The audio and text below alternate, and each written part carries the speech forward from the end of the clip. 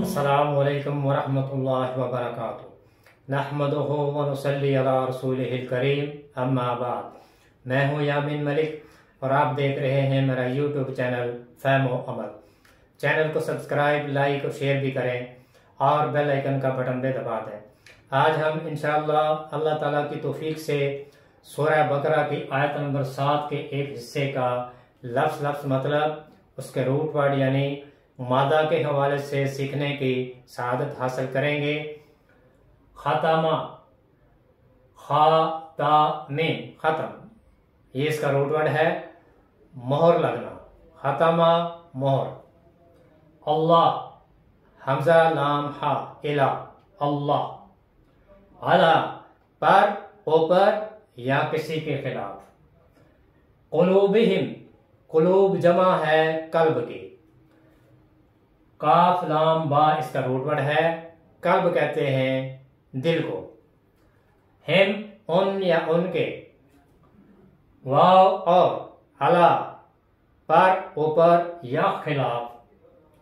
समइहिम, scene meme आइन, समा, सुनना, समात। हिम, उनके। खतम अल्लाह, मोहर लगा दी अल्लाह ने। अला कुलूबिहिम, उनके दिलों पर। व अला समइहिम, और उनकी समात पर, उनके कानों पर। आयत के इस हिस्से में 3 अल्फाज ऐसे हैं जिनको रूट वर्ड के साथ उनकी वजाहत जरूरी है। खातमा, रूट वर्ड असल लफ्ज मादा है इसका खातामे, खत्म। खत्म का बुनियादी माना होता है किसी चीज को छुपा देना, ढांप देना। इसी से मोहर भी है। किसी चीज को इस तरह से मोहर लगा देना कि इसमें ना कुछ दाखिल हो सके, खा दाखिल होने की गुंजाइश हो और ना ही कुछ निकल सके। ये है मोहर, मोहर लगना। यानी जब किसी चीज पर मोहर लगा दी जाए तो उस मोहर लगने के बाद अब ना तो कोई चीज उसके अंदर दाखिल की जा सकती है और ना ही उसके अंदर से कोई चीज बाहर निकाली जा सकती है। इसलिए उसको मोहर कहते हैं। अब वो मोहर लगाकर सील कर दी गई है।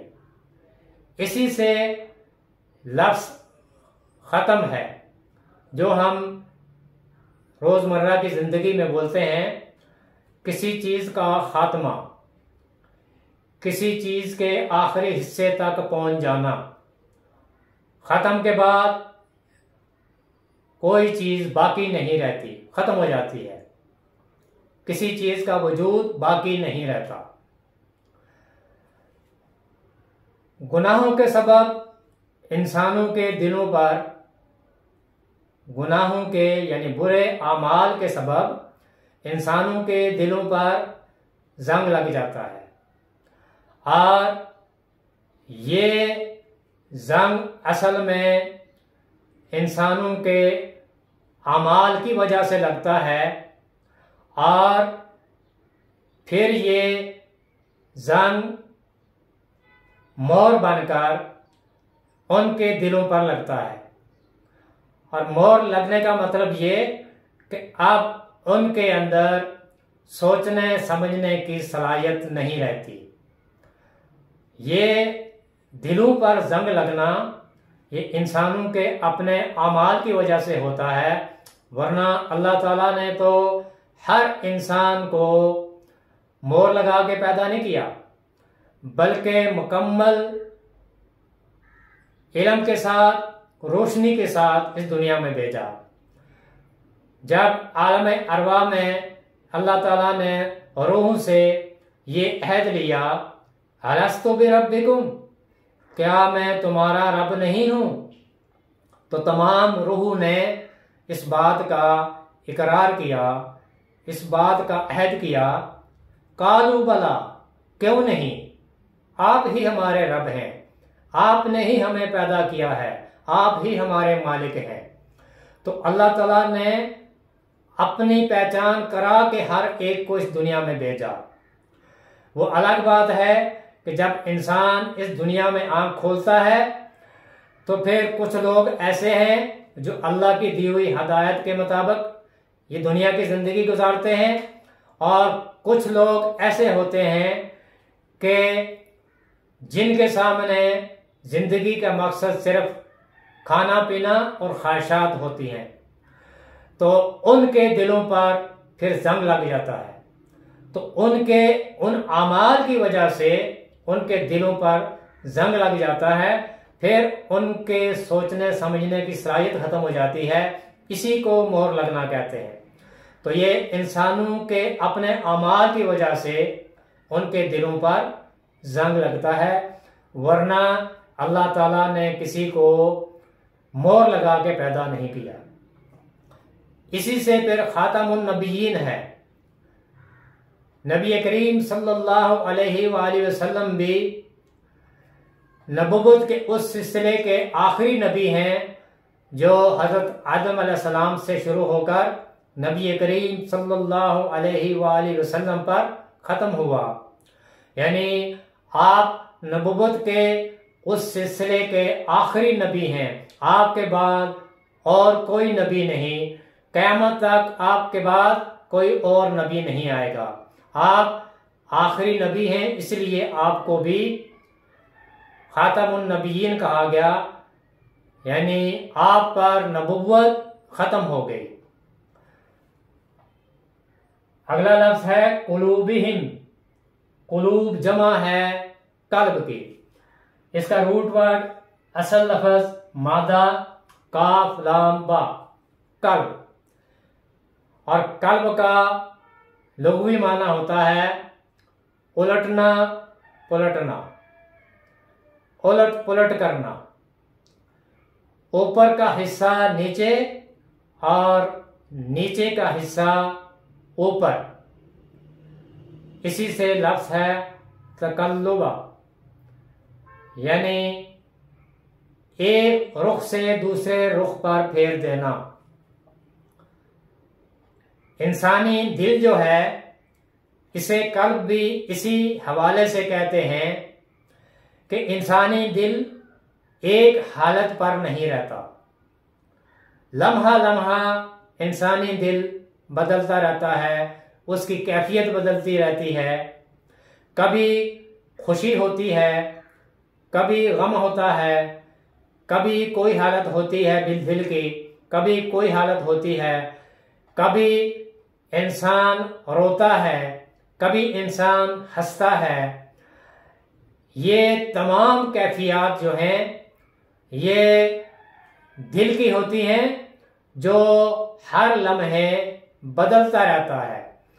तो दिल की इस कैफियत को इसी हवाले से उसको कल्ब कहते हैं कि दिल की जो कैफियत है, दिल की जो हालत होती है, वो लम्हा लम्हा बदलती रहती है, वो एक हालत पर नहीं रहता। फिर दिल बोलकर हम इससे मराद अकल समझ बूझ भी लेते हैं, इसलिए कि जब हम दिल मुराद लेते हैं तो उसका मतलब यही होता है कि किसी चीज की समझ बूझ, अकल या जज्बात जिनके जरिए से इंसान महसूस करता है और फिर उनका इजहार करता है। अगला लफ्ज है समा। रूट वर्ड इसका असल लफ्ज मादा सीन मीम आइन, समा। समा का मतलब होता है सुनना, और समा कान की उस कुव्वत का नाम है जिसके जरिए इंसान आवाज़ों को सुनता है, महसूस करता है, उसे समा कहते हैं। समा कहकर कान भी मुराद ली जाती है, इसलिए कि कान से ही इंसान सुनता है।